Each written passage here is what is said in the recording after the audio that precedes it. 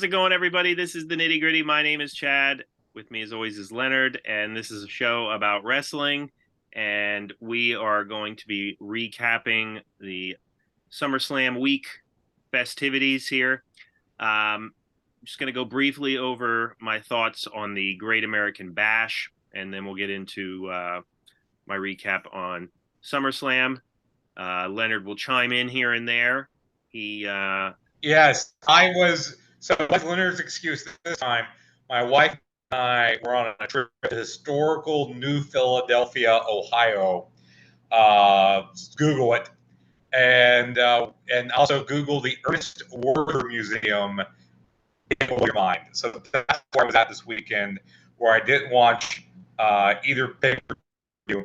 Well, what we used to call a pay-per-view, a premium event now. Premium live event. PLE. Premium live event, is that what we call it? Yes. Okay. So, and as mentioned before, I'm in a fantasy pick'em, and I don't remember how the Great American Bash for SummerSlam. Again, I don't watch anything. Haven't watched a second of WWE television. I only missed one match, and everybody missed it. And we'll get to that when we get there. All right. Fair enough.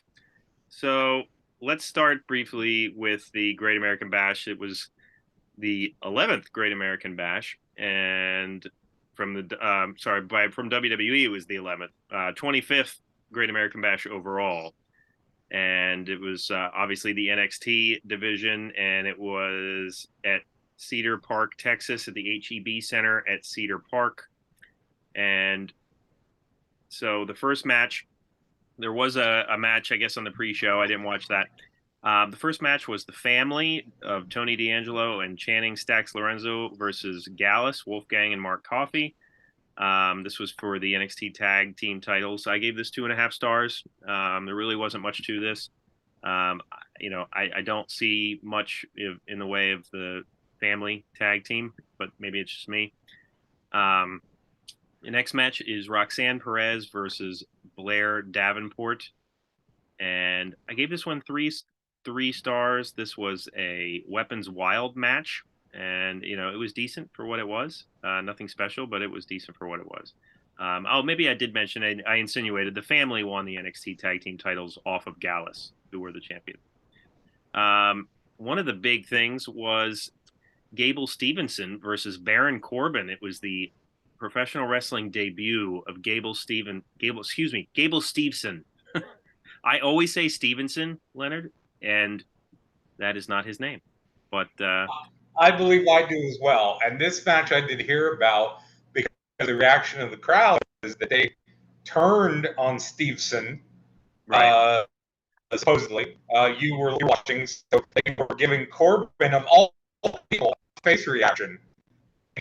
On Steve, and I don't know if they're going to lean into that or not. I would.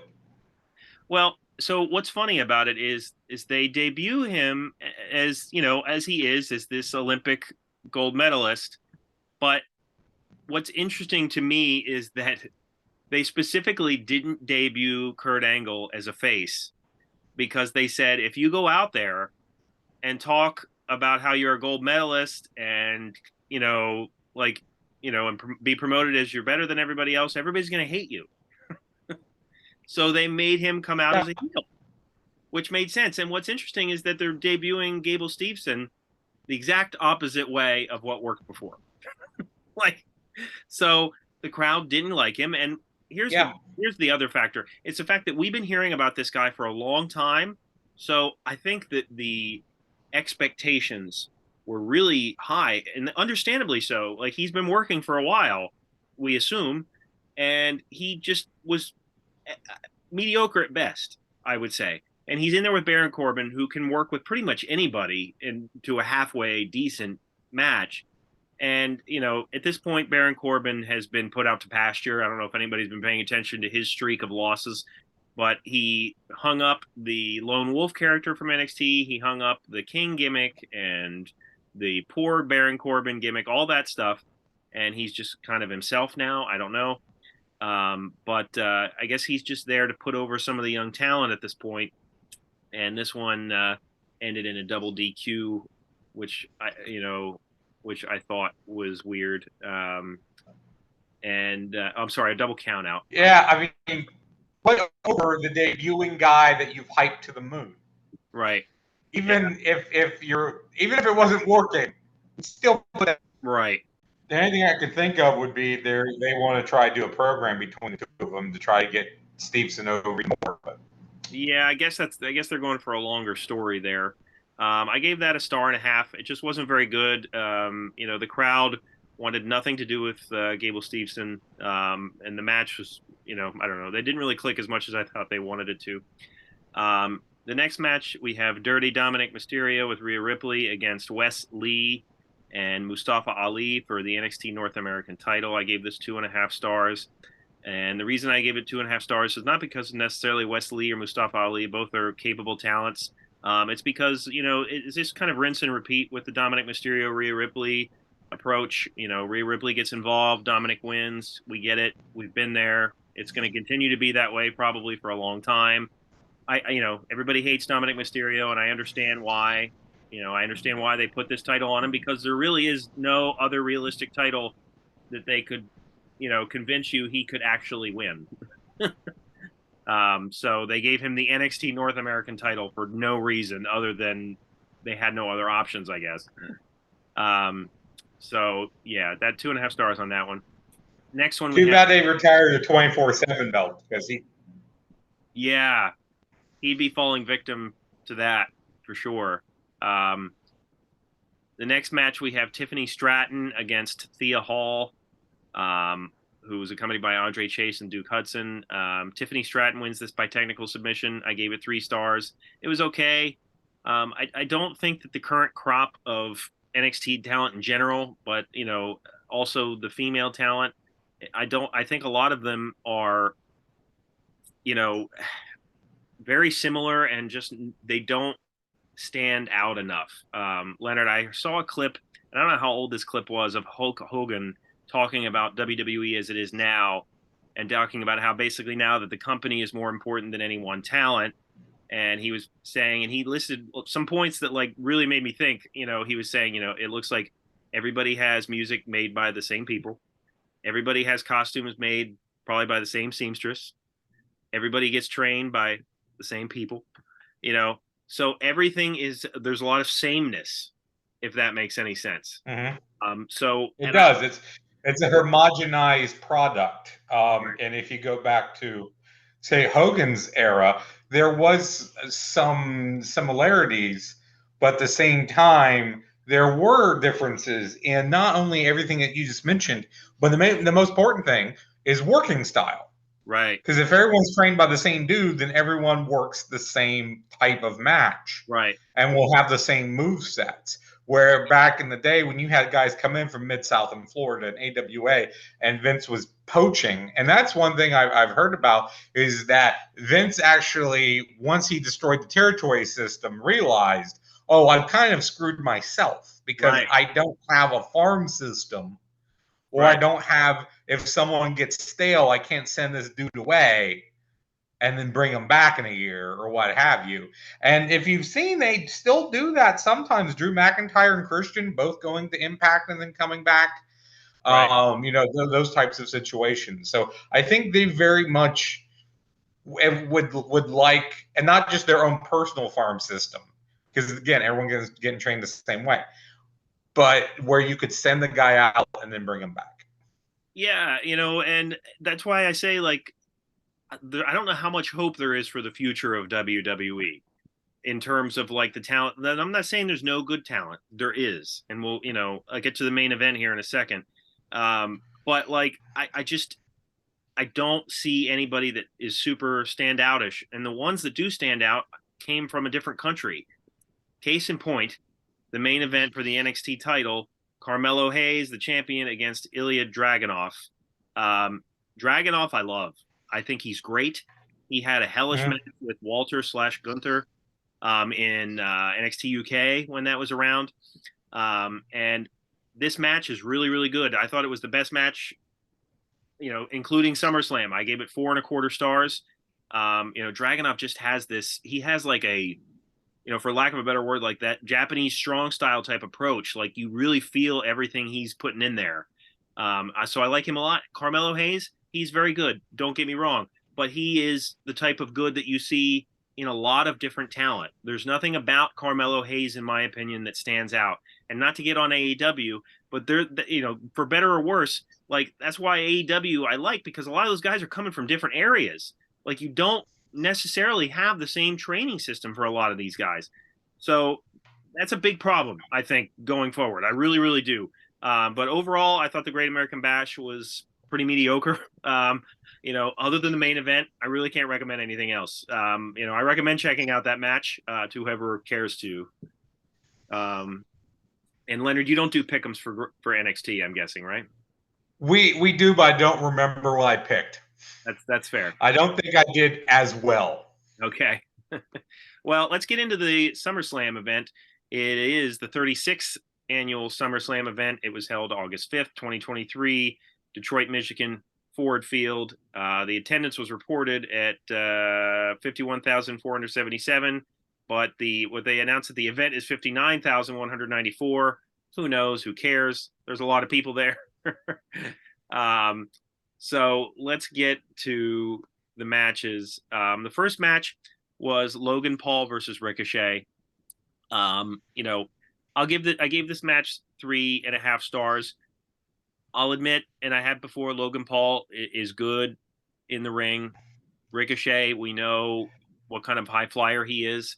One of the reasons why I only gave this match 3.5 stars, and you'll notice in my review of this, I'm a little bit harsher than a lot of the people from, for instance, our site 411 were. A lot of them liked it, the whole event, and gave this one higher rating than I did. It's because I feel like this match is of no consequence. It's just a spot fest, really. And that's the reason these guys are put together, is because they had that memorable moment at the Royal Rumble or Survivor Series, whatever it was. And so it was the Rumble where they launched at each other and smacked into each other, and right, and it made a good picture. And I remember talking about how just contrived and stupid it was. Right, it looked cool for half a second. Yeah, absolutely. And so this match was fine for what it was, but they've already tried Logan Paul at the main event against Roman Reigns in Saudi Arabia, one of the crown jewels. So they're not going to go there again. Ricochet, I feel like he's their workhorse. Like he's always going to be around. Like he's like the new Kofi Kingston. He'll be there. Yeah. Like they're not probably going to put him in a main event slot anytime soon. So anyway, that's just kind of my pessimistic view of that match. The next match we have Brock Lesnar versus Cody Rhodes, number 3. I gave this match 3.25 stars.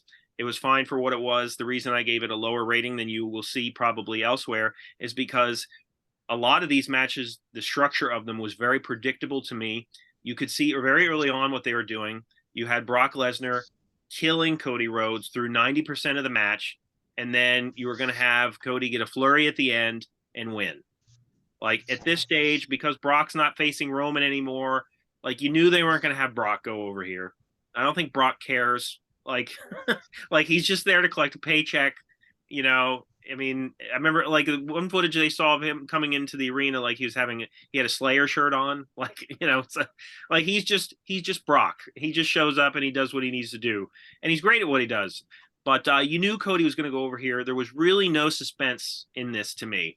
The trajectory was clear. They wanted Brock to dominate and then just have Cody win at the end. Okay, fine. 3.25 stars is what I thought it was worth. And the next was the Slim Jim Battle Royal. Remember what I said about things being predictable? This was one of the most predictable things of the night, save for the main event. LA Knight is a huge fan favorite. We can get into his similarities to The Rock another time, but he is a very huge fan favorite. And you know what? He's worked on the indies for a long time, and I'm happy that he's getting to the point that he is. But it was obvious he was going to win this. It was so obvious.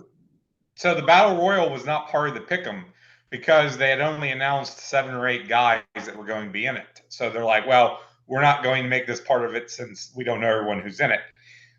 Even given that, if it was LA Knight or The Field, I would have took LA Knight. Yeah, absolutely.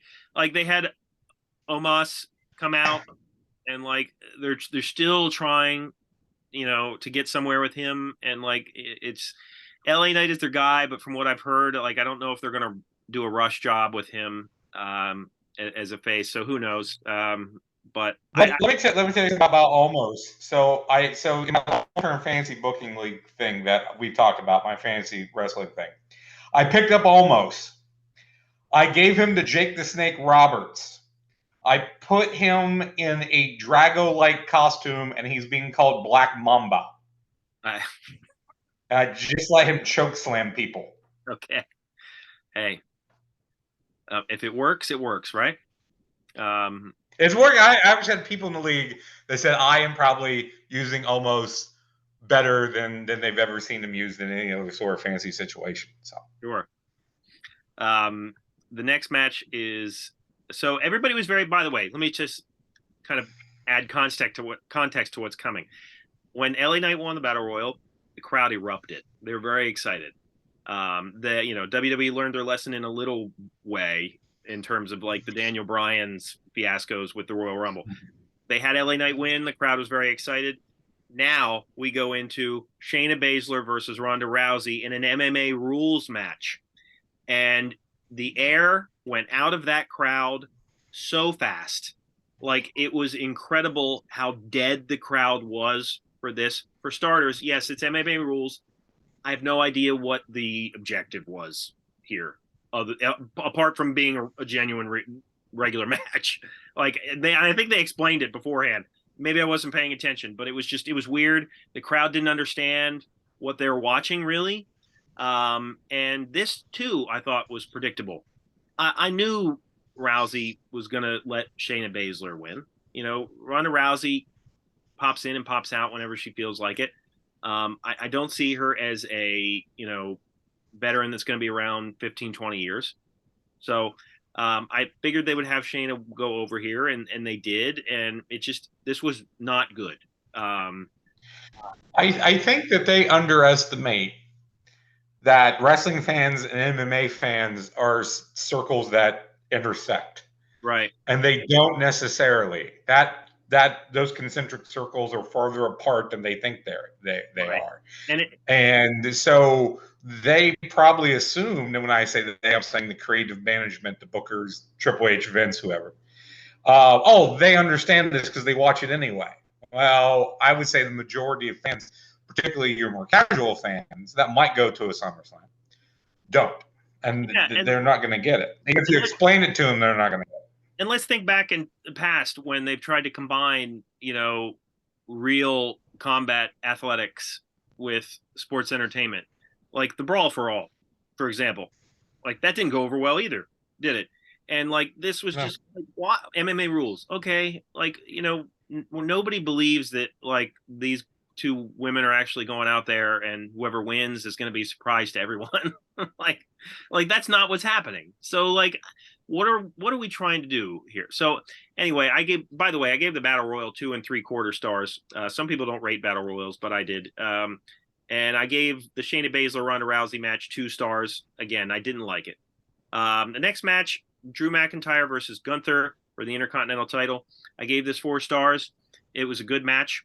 I figured that these guys would be bringing it, and they did. I think Gunther's had better matches, but this one was still very good. He's a very reliable talent in the ring. Drew McIntyre is good as well.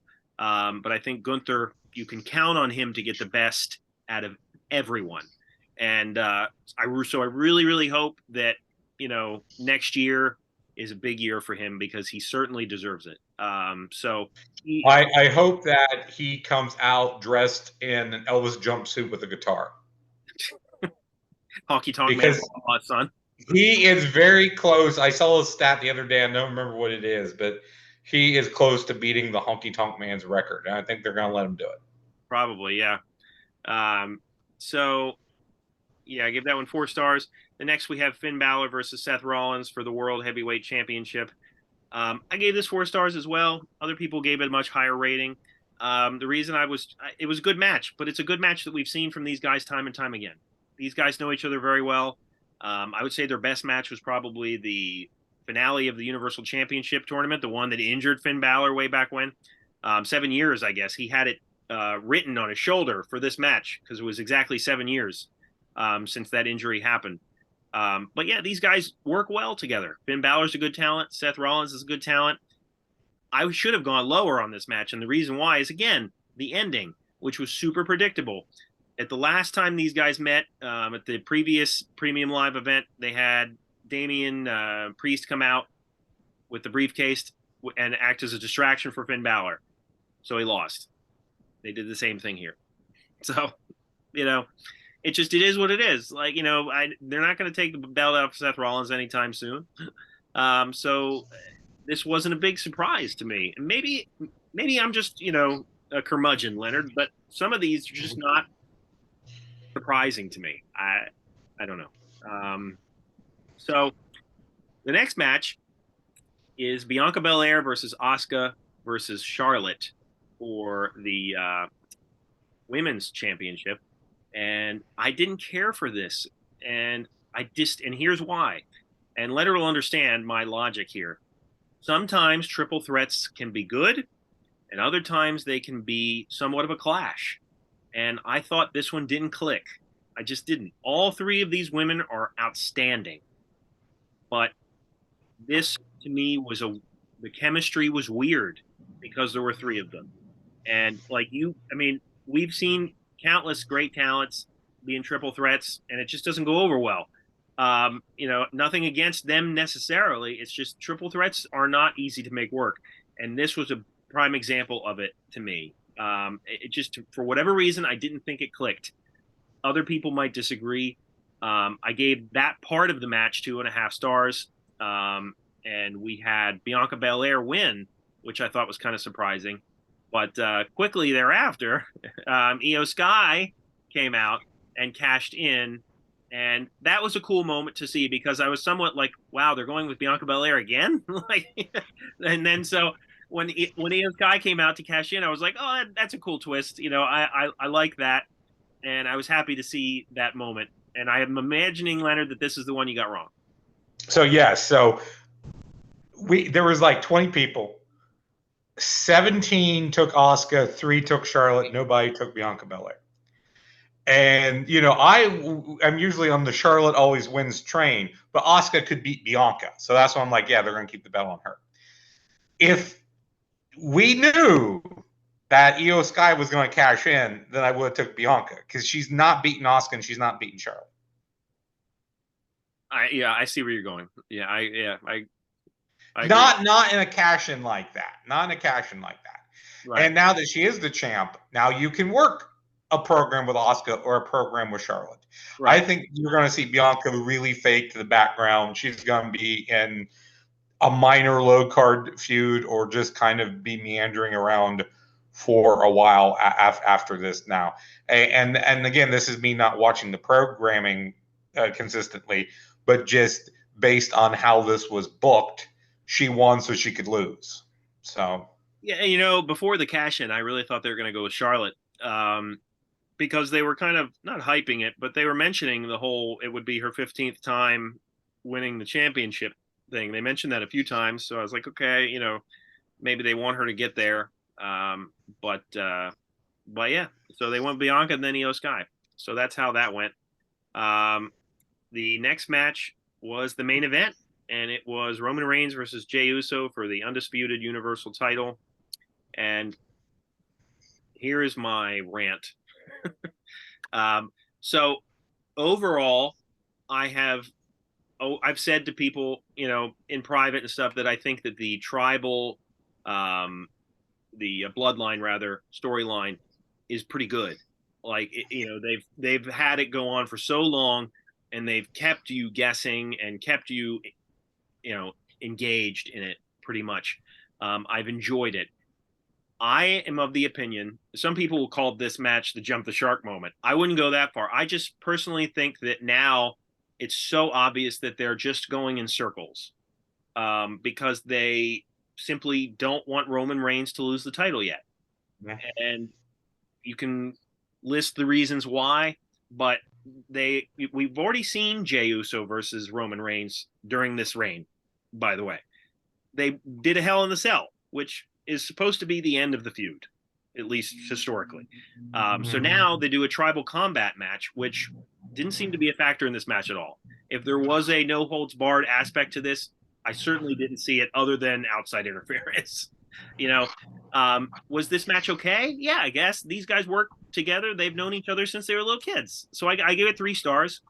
But again, I didn't think that they were going to have Jay win this. I knew they weren't. Like, where do you go then? What I didn't expect to happen, and I suppose it is a surprise in that way, they had Jay's brother Jimmy come out and turn on him, which in the whole trajectory of this storyline, for those who've even casually been paying attention, really doesn't make any sense. Like, it just doesn't make any lick of sense when you really look back at everything that's happened. It's something to do to have something to do. Exactly.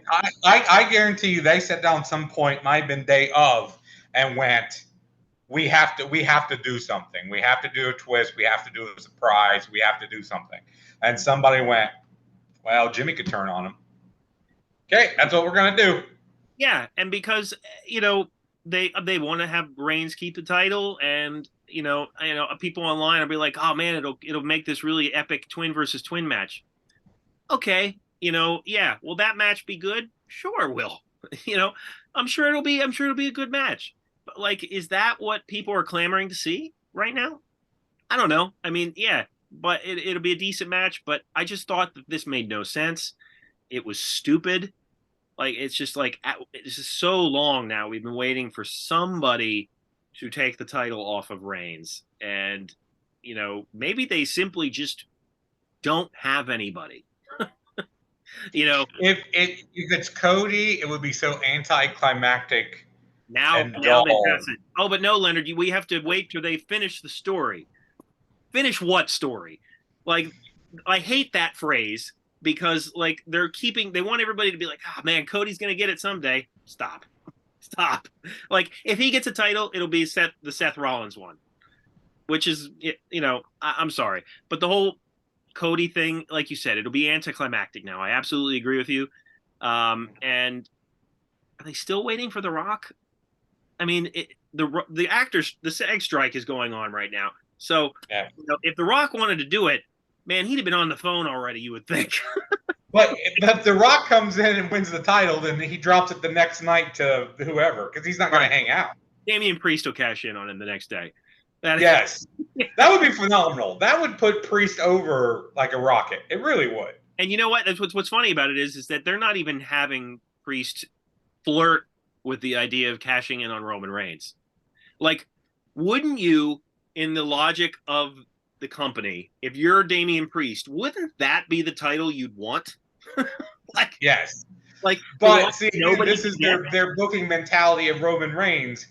Damian Priest is too smart to go after the man he can't beat. Like, it's just like, you would think, like, oh man, I'm gonna wait until after he has this, fire burner of a match, and then I'm gonna cash in. But now he just keeps stalking Seth Rollins. Okay.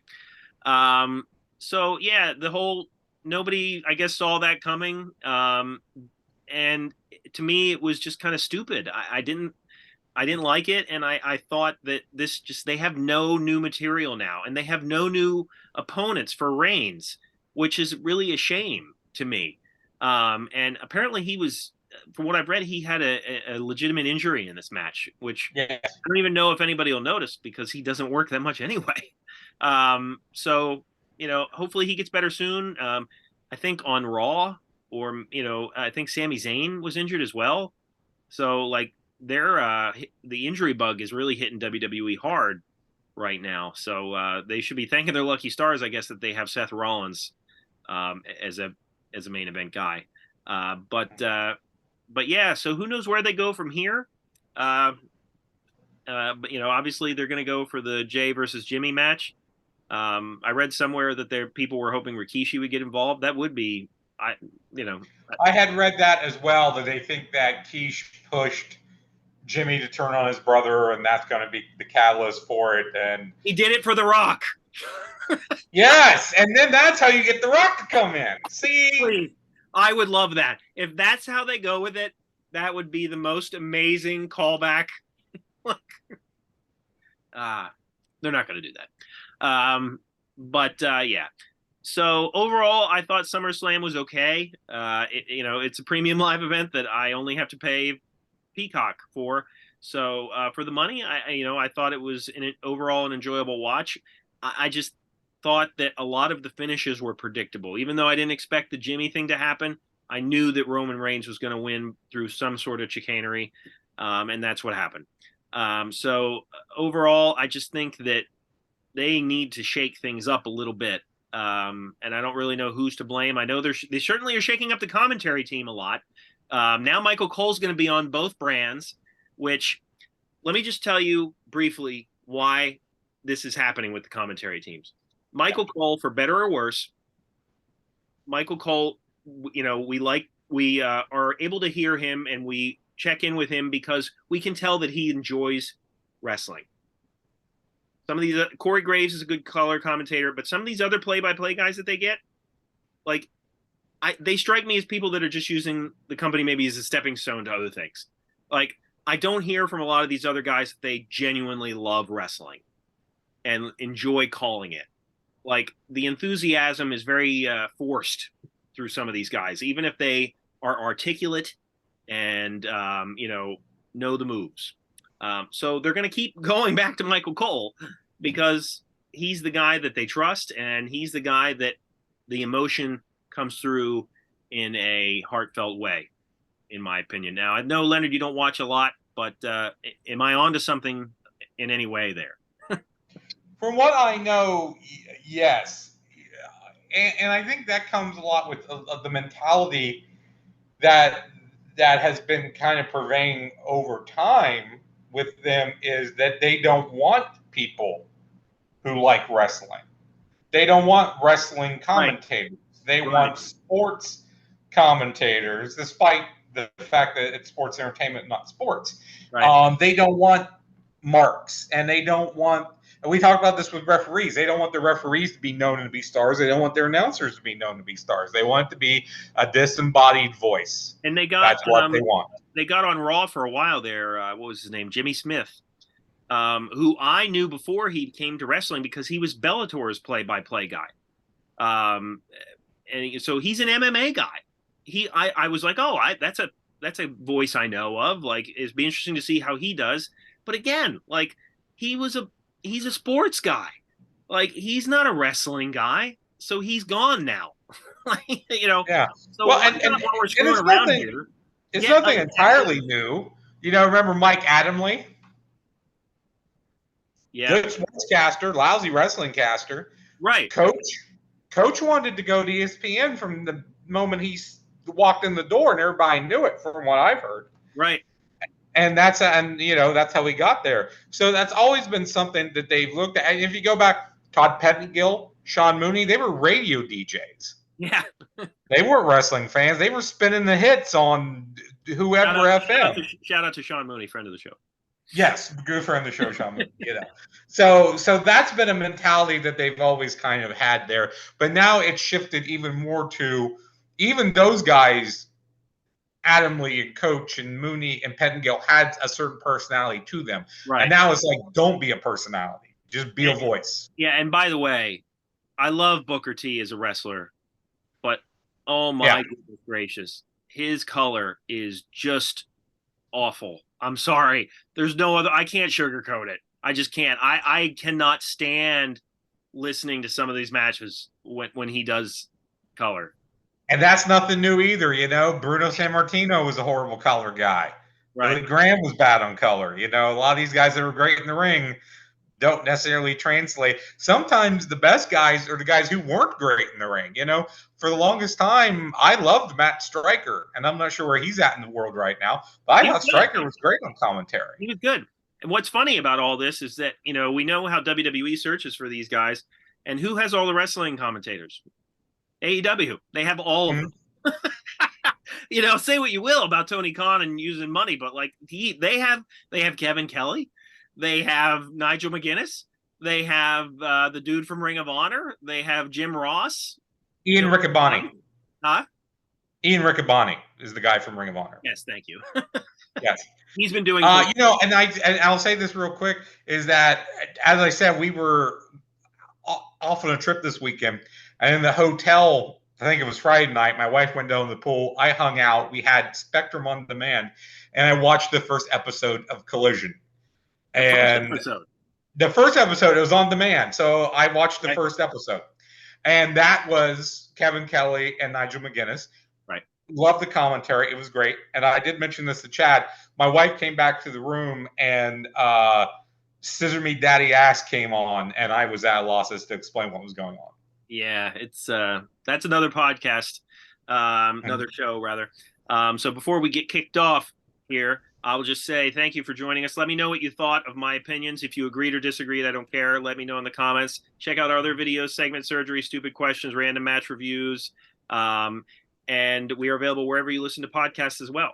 So for Leonard, my name is Chad, and we will see you next time.